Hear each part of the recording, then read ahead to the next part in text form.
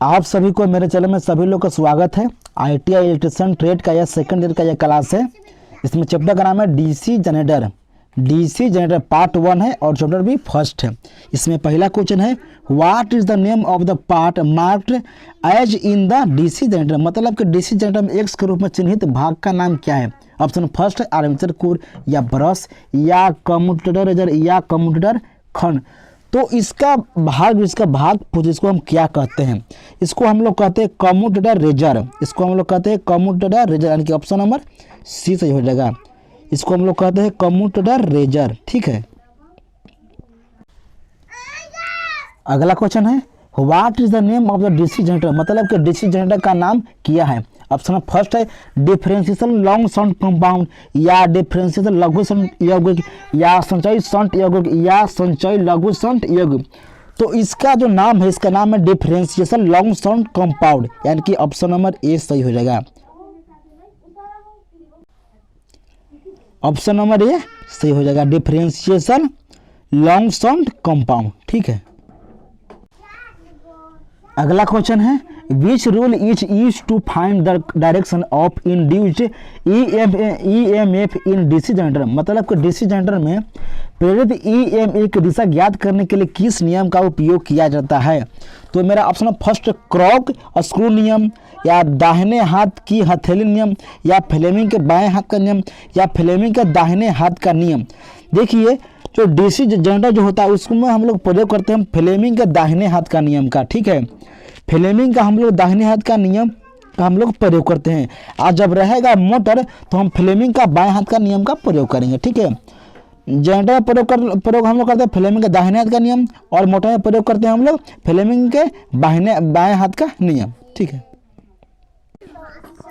अगला क्वेश्चन है which formula is use to calculate the generator EMF in the DC generator, मतलब कि DC generator में उत्पन्न EMF की गणना करने के लिए किस सूत्र का हम लोग प्रयोग करते हैं। तो EMF की दिशा को गणना करने के लिए हम लोग प्रयोग करते हैं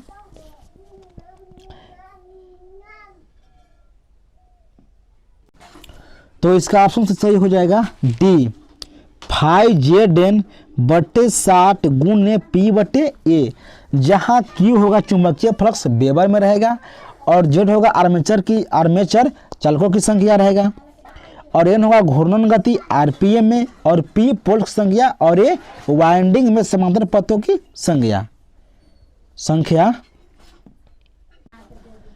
देखिए इसका आंसर दे रहा है C, लेकिन आंसर इसका C गलत है, होगा D।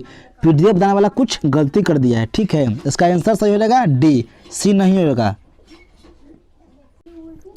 अगला क्वेश्चन है what is the formula to calculate back EMF of a DC motor, मतलब कि EMF की गणना करने के लिए किस सूत्र का हम लोग प्रयोग करते हैं डीसी मोटर में।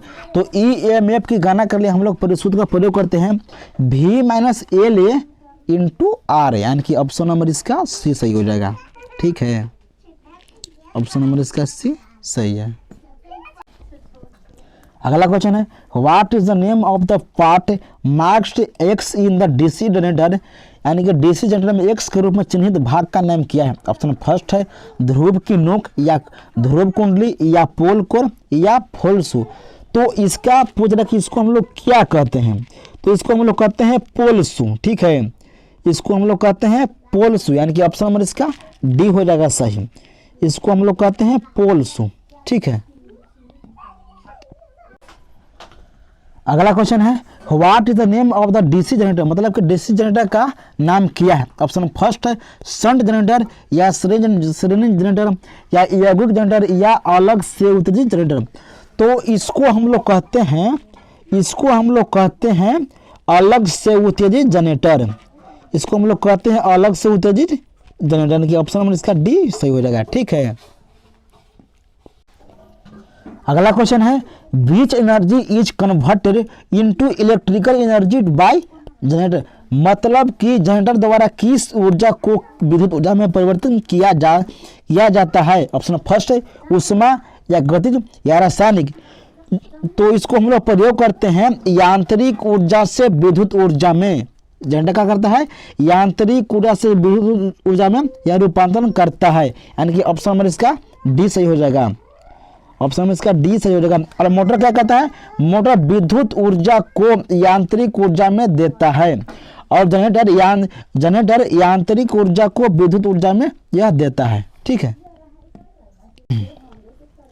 अगला क्वेश्चन है, what is the name of the DC generator field, मतलब कि डीसी जनरेटर फील्ड का नाम क्या है। ऑप्शन फर्स्ट, लघु शंट यौगिक जनरेटर, या लॉन्ग शंट कंपाउंड जनरेटर, या विभेदक यौगिक जनरेटर, या संचयी यौगिक जनरेटर। तो इसको हम लोग कहते हैं संचयी यौगिक जनरेटर, यानी कि इसका ऑप्शन नंबर हो जाएगा डी सही, संचयी यौगिक जनरेटर। ऑप्शन नंबर इसका डी सही हो जाएगा। ठीक है,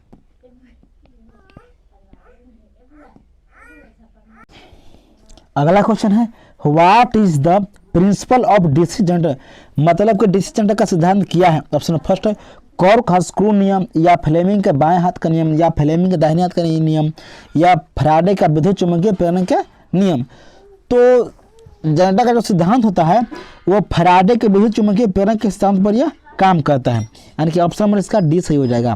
फैराडे के विद्युत चुम्बकीय प्रेरण के यह सिद्धांत पर काम करता है जनरेटर। ठीक है,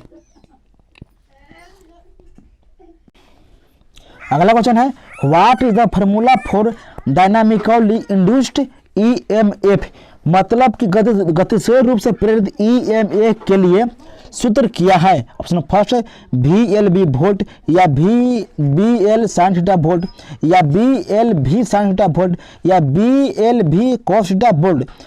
जो होता है गतिशील रूप से होता है, इसको हम लोग प्रयोग करते हैं VLV sin थीटा वोल्ट का, यानी कि ऑप्शन में इसका सी हो जाएगा करेक्ट, यानी कि ऑप्शन नंबर सी सही हो जाएगा। ठीक है,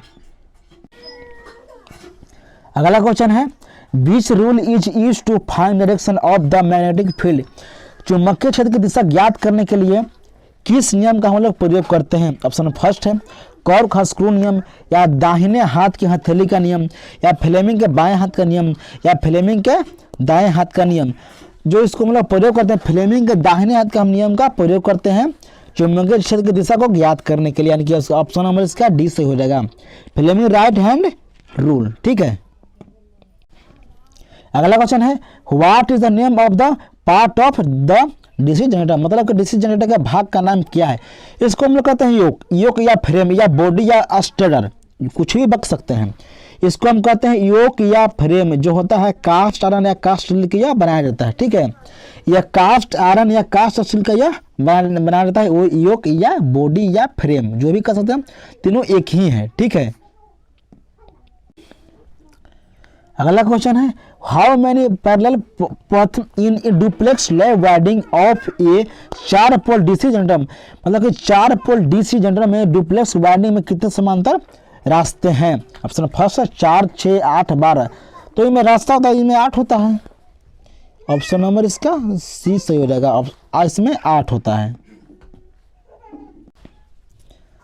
अगला क्वेश्चन है, name the part of the DC generator, मतलब कि डीसी जनरेटर के भाग का नाम बताइए।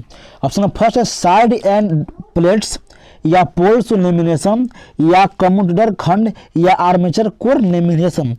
तो इसको हम लोग कहते हैं armature core lamination, armature core lamination, यानी कि ऑप्शन नंबर इसका डी सही हो जाएगा। ऑप्शन नंबर डी सही हो जाएगा। और मैं चैनल पर नए हैं तो चैनल को सब्सक्राइब कर सब्सक्राइब, शेयर और लाइक कर दीजिएगा। ठीक है।